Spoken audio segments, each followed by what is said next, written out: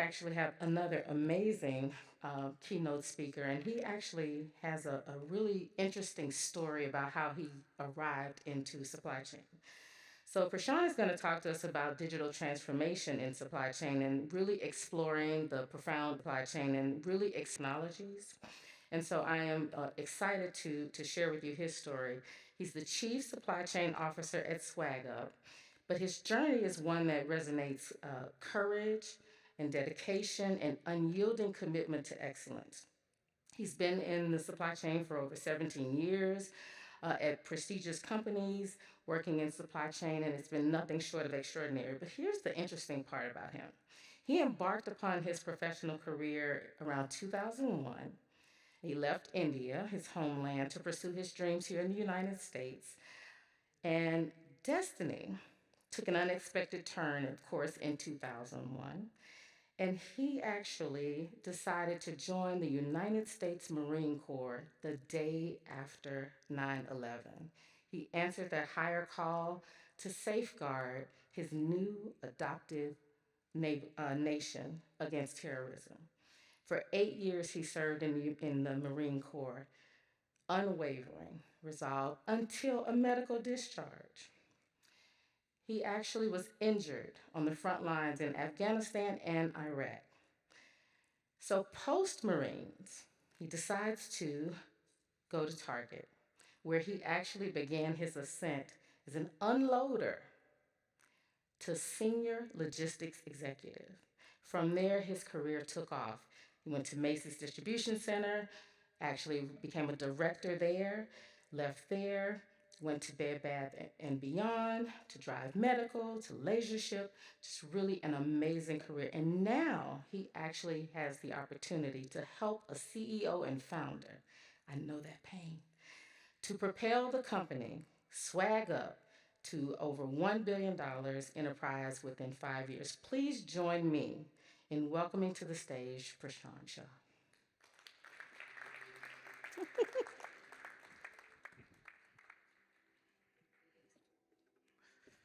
Thank you, everybody, and thank you for a wonderful introduction over here.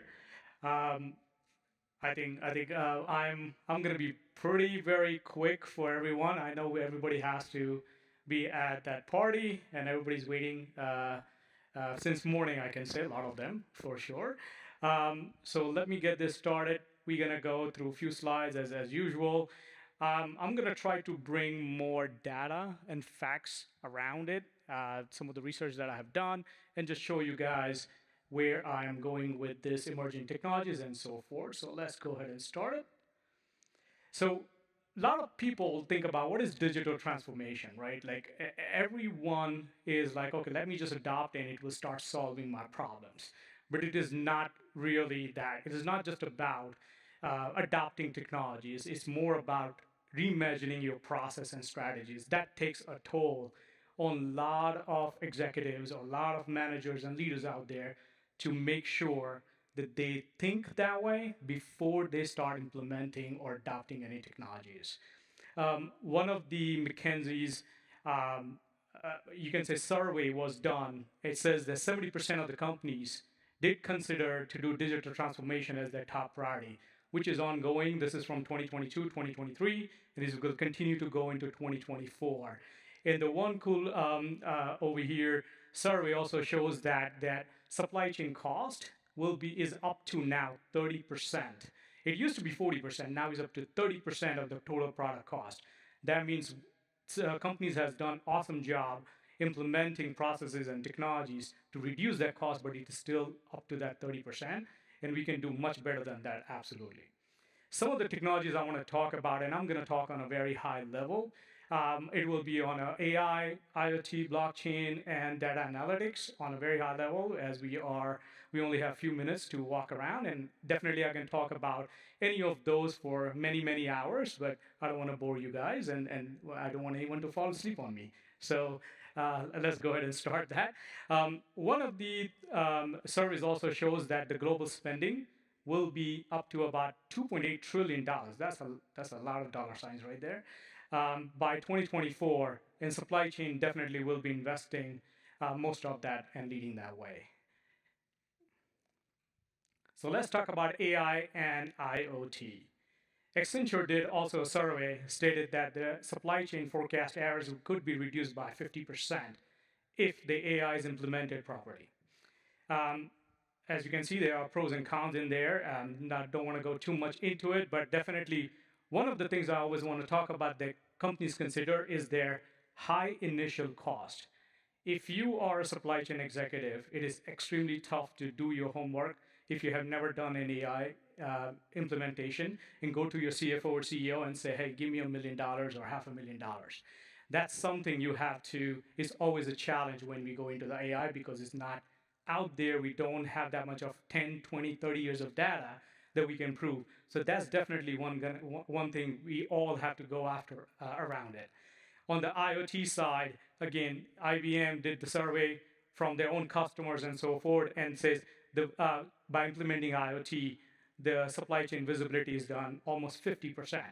That is pretty awesome to have that because in today's environment, if you don't have the visibility, you have no clue what's happening to your inventory or any other processes in the company. Um, the great thing about IoT is the preventive maintenance and the real-time tracking that you can definitely count on and has been proven in many, many years. When we talk about the next couple things, which is blockchain and data analytics, let me start with the blockchain. It's a very fairly new, not a lot of people knows about it. There's no experts in blockchain. A lot of people are saying, hey, we can do this and that for your companies. There's no experts. Blockchain is still a concept that hasn't been proven it. However, there is some of the data out there that helps the blockchain, especially reduce the fraud by 50%. And why? Because blockchains definitely brings a traceability and transparency in the system in for your company, which is why it reduces the fraud. Currently, lot of systems that we implement, even simple as WMS and TMS, does not have 100% traceability or transparency around it, and blockchain can help that to bridge those gaps. When we talk about data analytics, again, it can increase the supply chain efficiency by 10%. And this is, I want to talk a little bit more about. Data analytics is completely different that a lot of leaders struggle around it, is that data gathering. A lot of individuals think that data gathering is just as data analytics. It is not.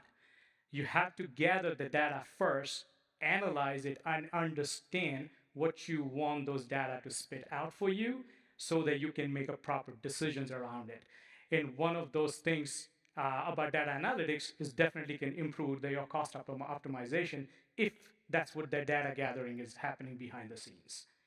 And the last one is about integrated technologies. A lot of companies are trying to integrate multiple technologies, and that can definitely help and reduce the lead time by 30%. Could be from like a TMS to a WMS to a CRM and whatnot, and it just gives you an understanding of what it's taking to get your product from day one to the day it's been brought to the customer doorstep, and that is definitely out there. It has a lot of data behind it, yeah, and a lot of company has done a lot of research around it, and it has definitely has a better streamlined processes because of that. From there, I just want to bring some of the examples out here. As you can see, the company called Freshets is a very small company in a food retail industry. One of the biggest challenges they had was around perishable inventory efficiencies. They had issues around overstocks, freshness, stockouts, and so forth.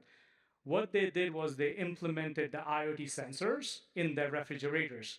What basically they did was it was monitoring their product weight, humidity, and so forth inside those refrigerators. And they also integrated AI with those IoTs. And what happened? They reduced their food wastage by almost 30%.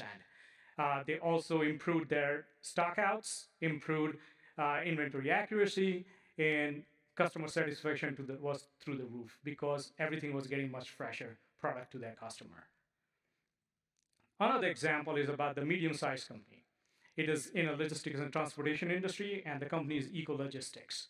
The challenges that they faced was optimizing their delivery routes, reducing fuel consumptions, and as you can see, the timely deliveries also take a toll on them. One of the solutions they did was both combination, in fact, IoT and AI. And what they also did, that GPS trackers, they put it on their vehicles, which nowadays a lot of companies already does that in the logistic field. And what the AI was doing was basically they were analyzing all the traffic patterns out there. Right now, a lot of GPS does this, but at that portion, it was a pretty new concept. And also the weather condition. That's something not our GPS does that, but the AI in that model used to do that.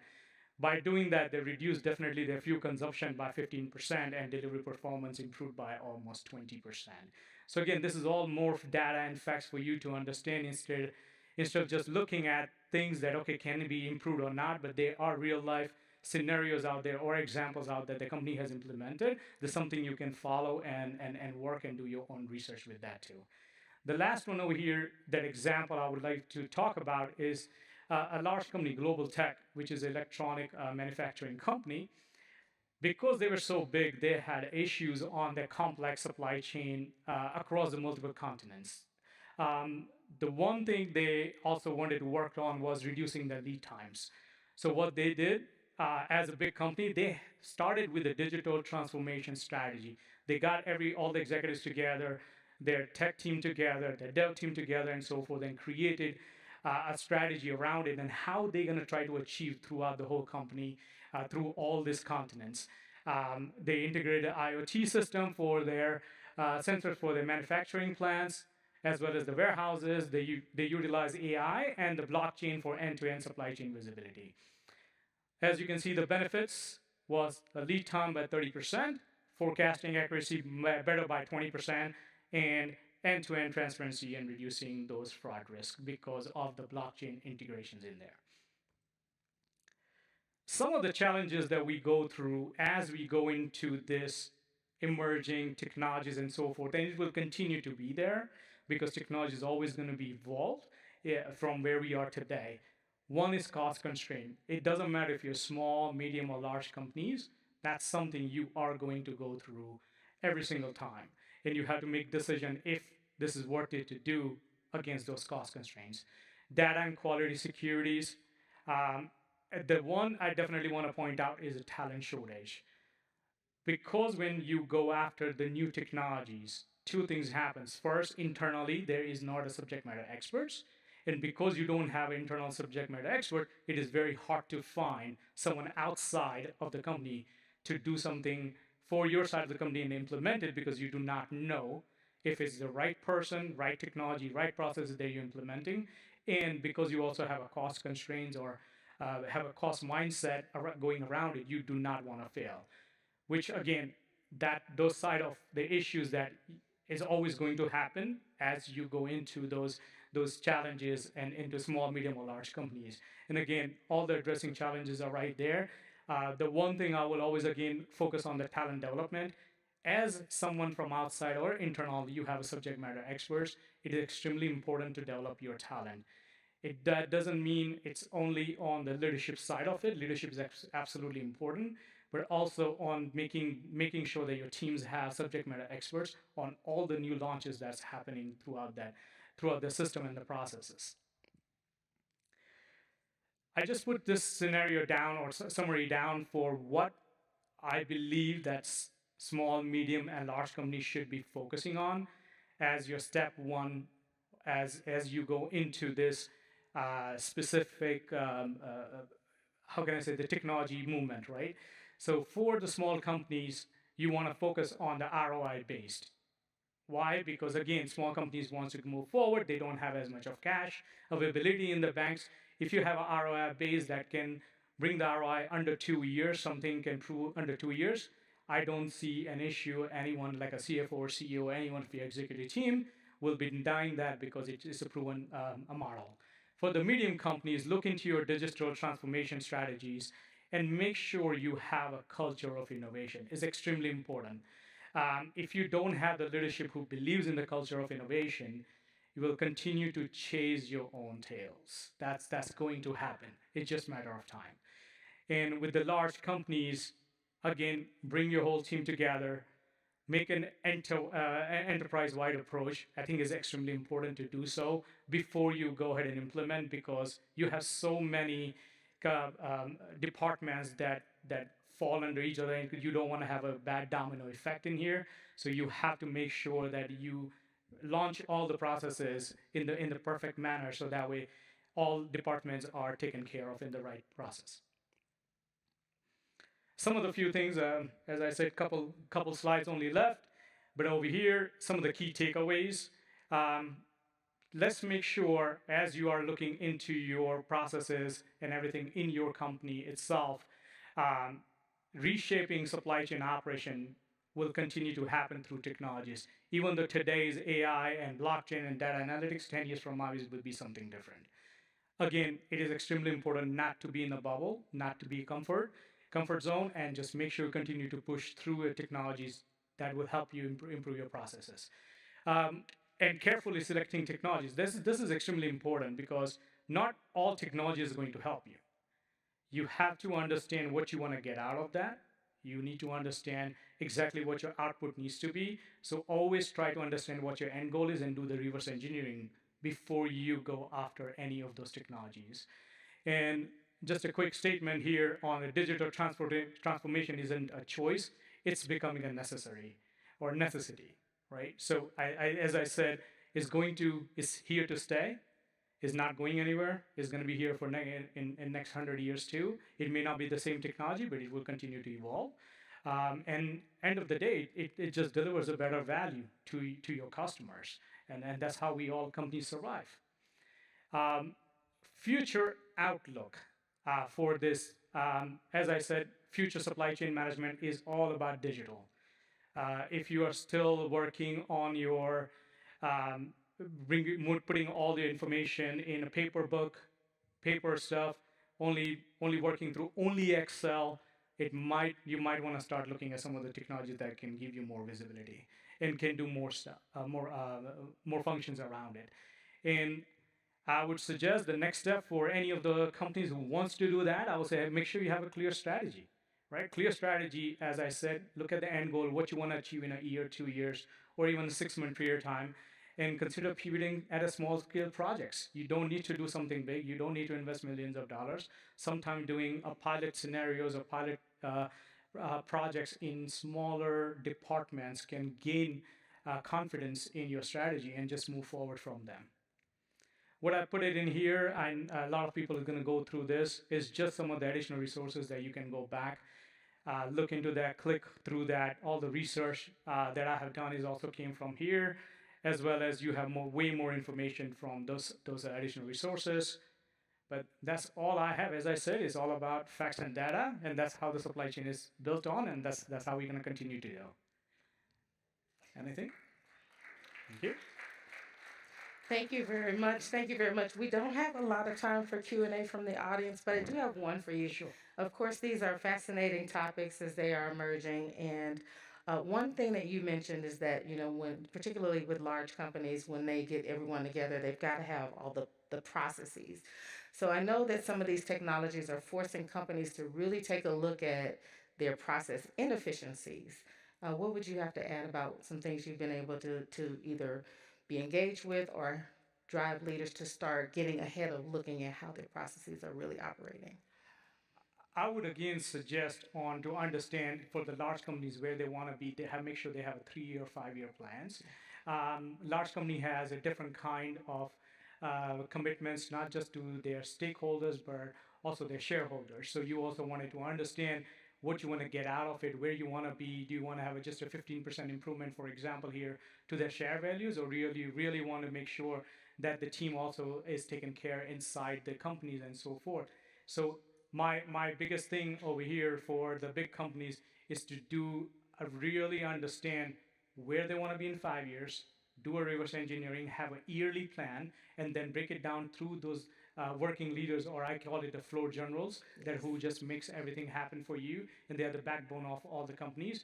Make sure they understand those processes. They're completely committed to those processes, and they understand the whys behind it, and go from there. Again, everything is going to break down to what you want to achieve. Do you have the right leadership team around it? Are they bought into it? And can they also go ahead and continue to grow those teams with the right mindset? And I think that's where the large companies usually struggle, and Yes. and the small companies doesn't have that big of a deal on Yeah, that. they're a little bit more agile and nimble. So, Correct. yeah.